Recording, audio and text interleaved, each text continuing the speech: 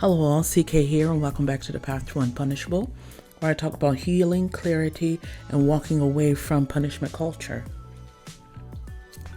And today we're going to dive into card 22, the Witness. And this card, well, number one, this is the card that I thought the shaman was going to end up being.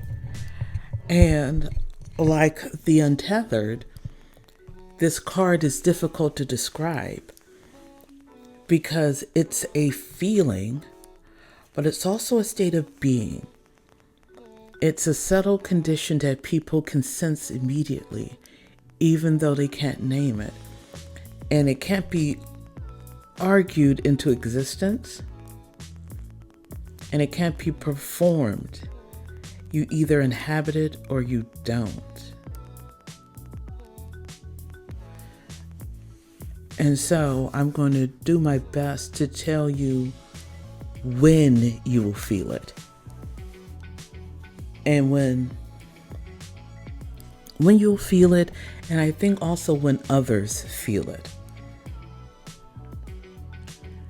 And I think the reason why it's so difficult to pin down is usually when you feel the feeling of the witness, it is right before, traditionally you will say, oh shit, or the person who's trying to punish you right before they go into a rage. Because it's the moment when someone tries to punish you emotionally, spiritually, mentally, and something unexpected happens. You respond in a way that gives them nothing to work with. They pause, they freeze, because the escalation they were expecting from you didn't arrive. Then they become upset, disoriented, and if they don't automatically retaliate, they leave abruptly, usually tossing something sharp behind them as they go. That pause, when they look at you and see they're not going to get what they want, that is the witness. This card matters because punishment only works when it has leverage. Emotional punishment specifically requires participation. It needs defensiveness, it needs appeasement, fear, retaliation. It needs all or a number of things to gain momentum. It relies on the assumption that you need approval, access, or safety from the person applying the pressure. The witness removes that assumption.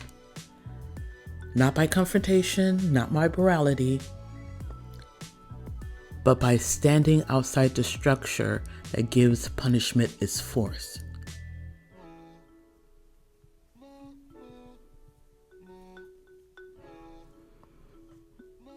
This is not about being kind either, honestly. But kindness goes a long way.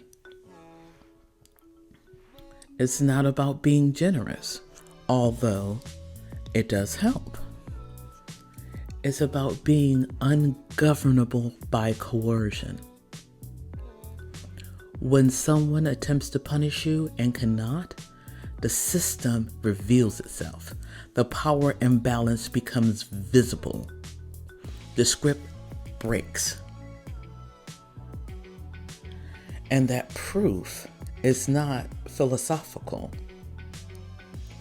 It is built into you, and they see it. And many times, especially after the first time, that is what they try to go after. That's what they want to punish.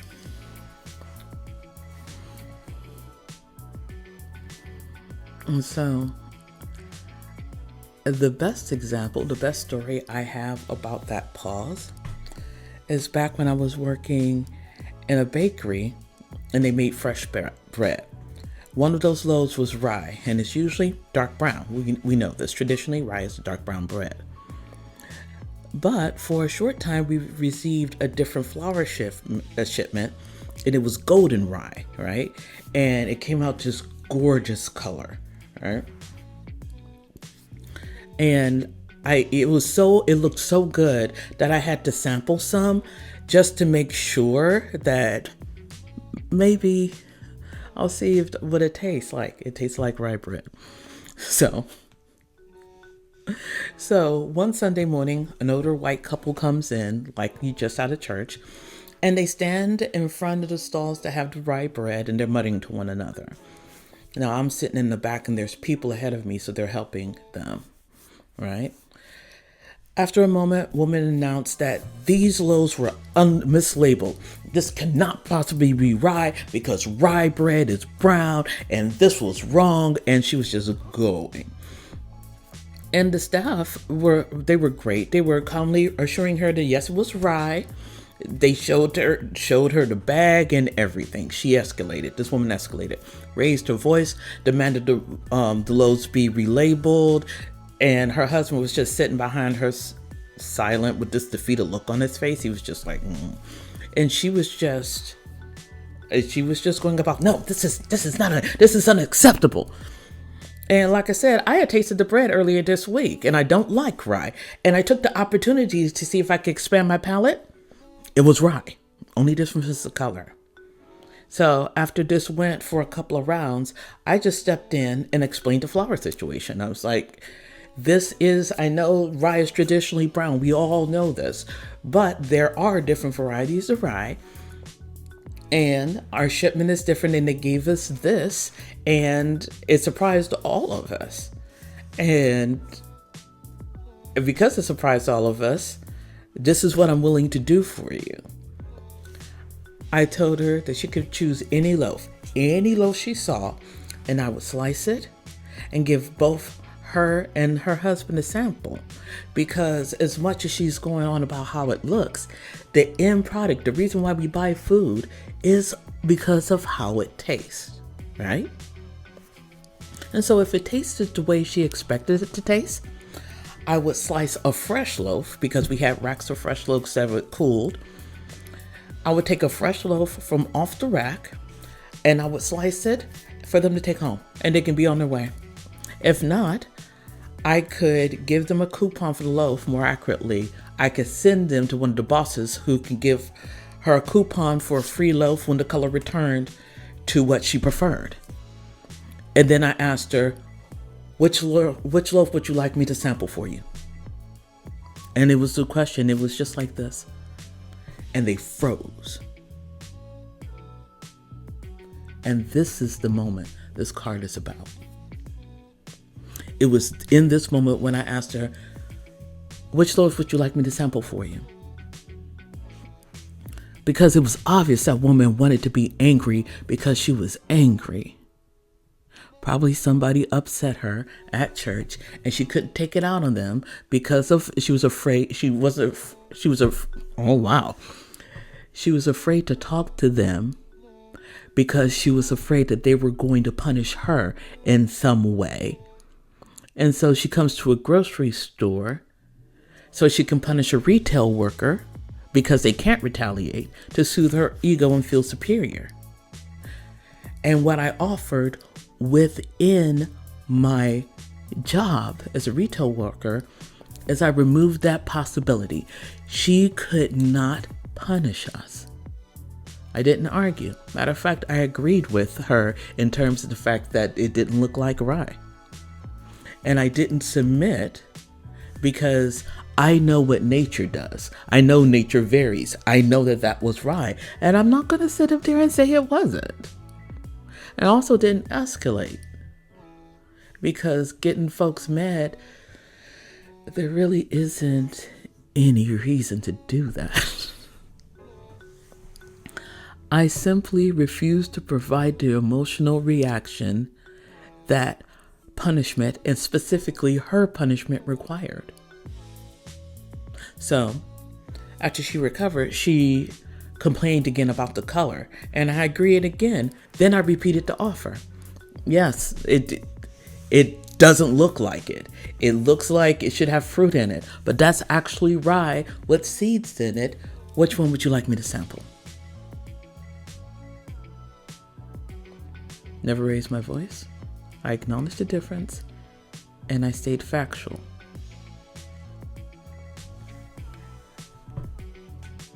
After that, her husband spoke up for the first time and asked her, well, do you want to taste it?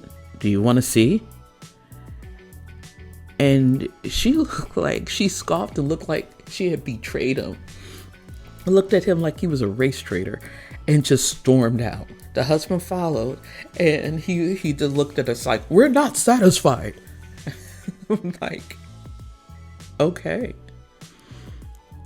And they went to report me. I mean, they honestly did that.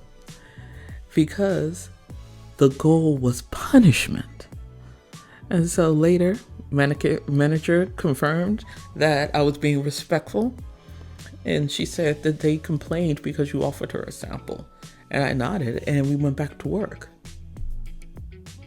All right. That moment has happened thousands of times for me. And that's another part of this card.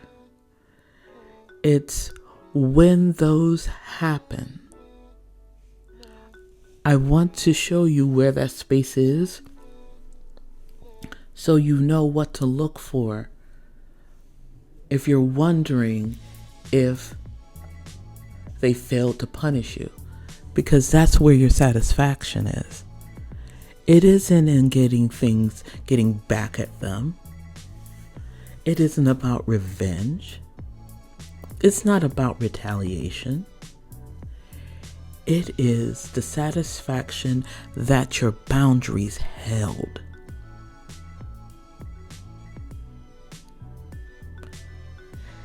It is someone saying that yes, you can build an inner world that holds strong against those who want to lie, who want to be cruel, who want to be greedy, who are insecure, who require outside validation.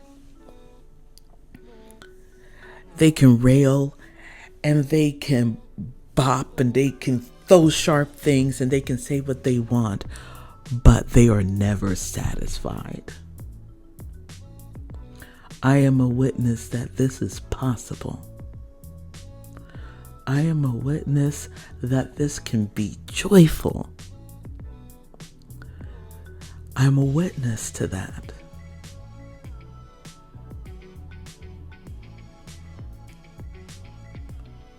I thought that I would be more proud of being able to see the truth of myself, my situation, and the people around me like the shaman. But no, I am most proud of building my life so when they try to punish me and I react the way I will always do, it addresses their concerns but gives them no space to punish me. And the look on their face when they know they have failed, and the strength and the joy and the relief and the satisfaction I feel after holding a boundary is what makes all of this worth it.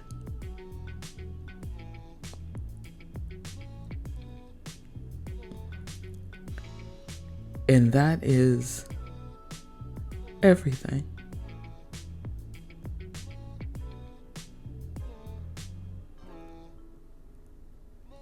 So, what does this look like through the lens?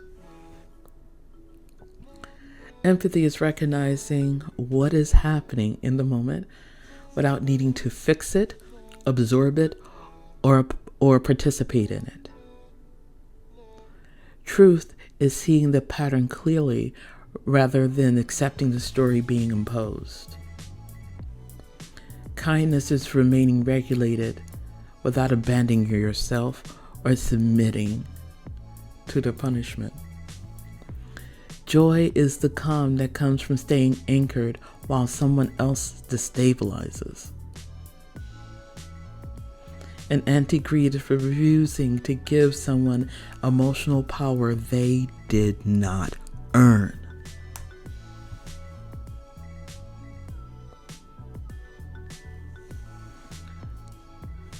The witness teaches us that freedom is visible. And when it's visible and other people see it, other people can free themselves.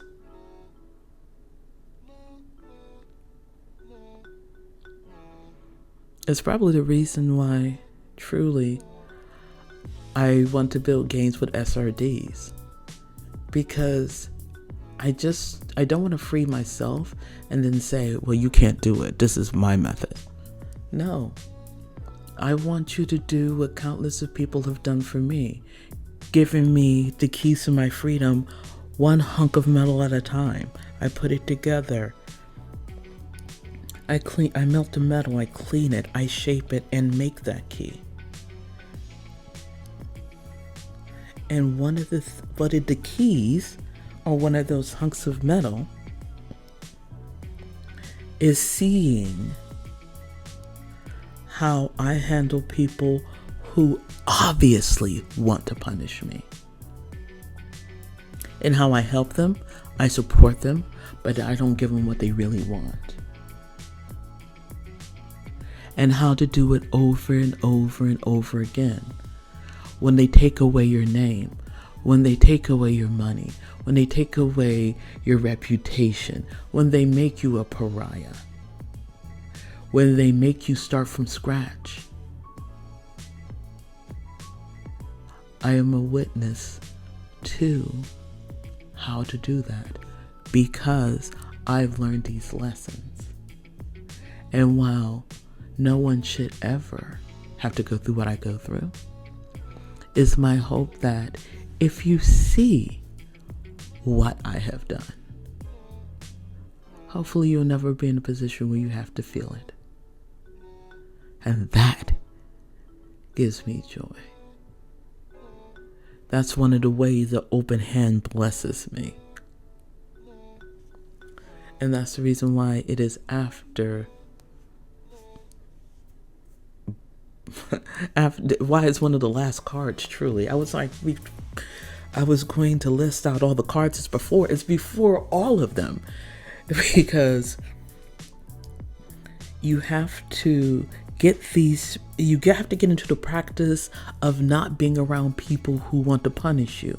And once you do that, your nervous system regulates and slows down.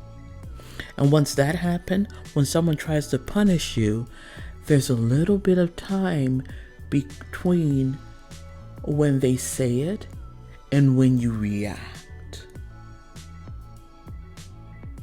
And with that time and some practice, you can circumvent all the pain that you're trying to cause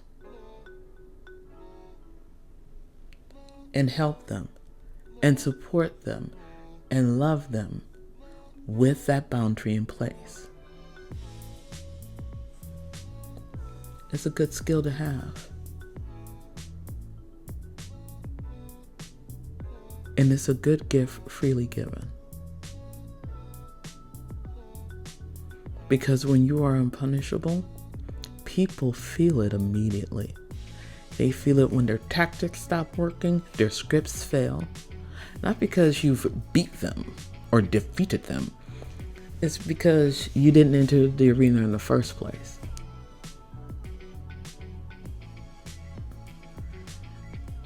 This card teaches that peace isn't passive. It is active non-participation in coercion. Like my example in the bakery, I was talking to her. I inserted myself into that situation, surely because I wanted the punishment to end. But I don't have to participate in feeling the way she wanted me to feel. It teaches that you can remain steady without proving anything. that you can let someone reveal their intent without rushing to manage it. Just let people tell you who they are. And then you run it back to them. I'm like, just so we're clear, so they understand this is how you see them. Without judgment, just you act like this. And so there's only certain circumstances where I engage with you.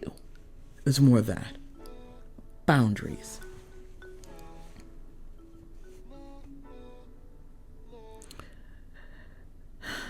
It teaches you that sometimes the most powerful response is clarity without engagement. Some people will leave angry when punishment fails. Some people will try to escalate. They'll try to do something to ensure they get it. Because I'm quite sure that white couple berated the manager, yelling and screaming and hollering and pointing fingers and everything. They had to get it.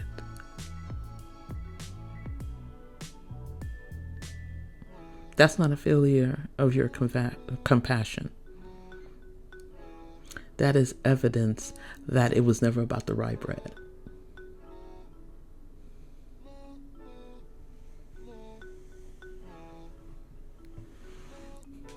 On the path to unpunishable, the witness appears more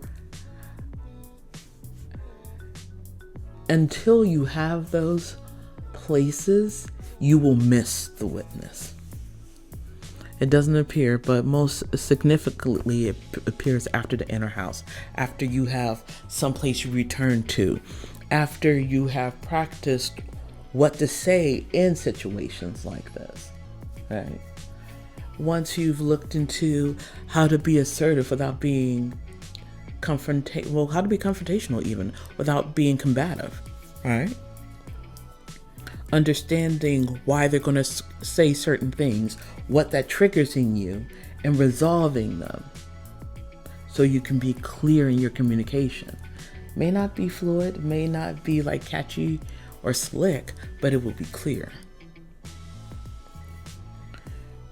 The more you have your inner home in order, and I mean in order as in I have an idea of what I'm going to say. I don't mean like organized, because I am a clutter bug. Things are clean, but there's just a lot of it and it's everywhere. And my inner house is a lot like that. But it is established and I know where to look for the things I need. And that's when the witness appears in full force. But I'm doing to warn you, you cannot hold this stance if your safety depends on approval. You must have somewhere inside yourself that cannot be threatened. It cannot reach. And I think me losing the ability to apply for jobs because I'm in somebody's database is the thing that pushed me into building income that they can't touch. For me, it's kind of finding out what gives me joy and reducing everything to that. So I'm not spending as much, but still getting the joys that I really want. And then making enough to pay for that. Something I learned from Joanna Penn. And that's, I still go back to why having the inner home is so important. And once one of the rewards of building your inner home is this witness, you actually see it. It's like the punishment comes at you in slow motion. And that's what allows you to be soft.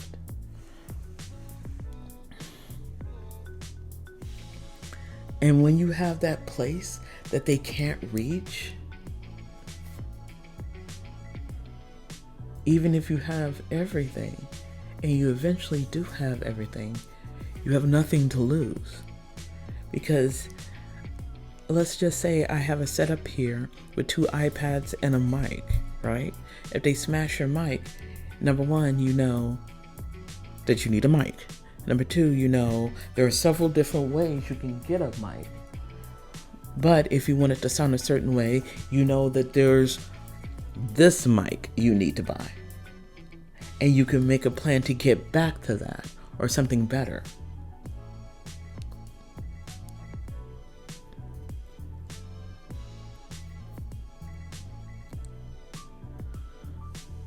That is the place. That is the true witness to you being unpunishable. That's when you witness it for yourself. That's where you can validate it for yourself right there. And you can't perform it. This is not something you perform. You just can't go in. It's like, I'm the witness. No, this is, like I said, it's something is so hard to describe. And it surprises you both when it happens. So it's more reactive than anything else. But it's like something you arrive at after living without fear long enough that your body trusts it.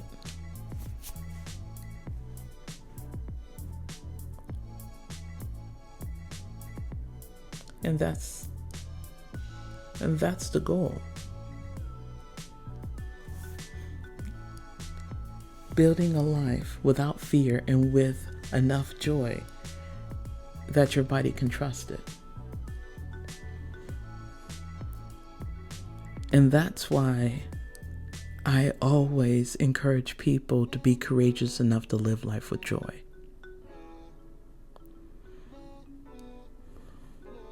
Because that's what's at the end of the path to the unpunishable. And with that, I'd like to leave you with this word. May your calm interrupt what seeks to dominate. May your steadiness make punishment obsolete. May your freedom be undeniable without explanation. May your life stand as quiet proof that another way is possible. Amen. Talk to you soon.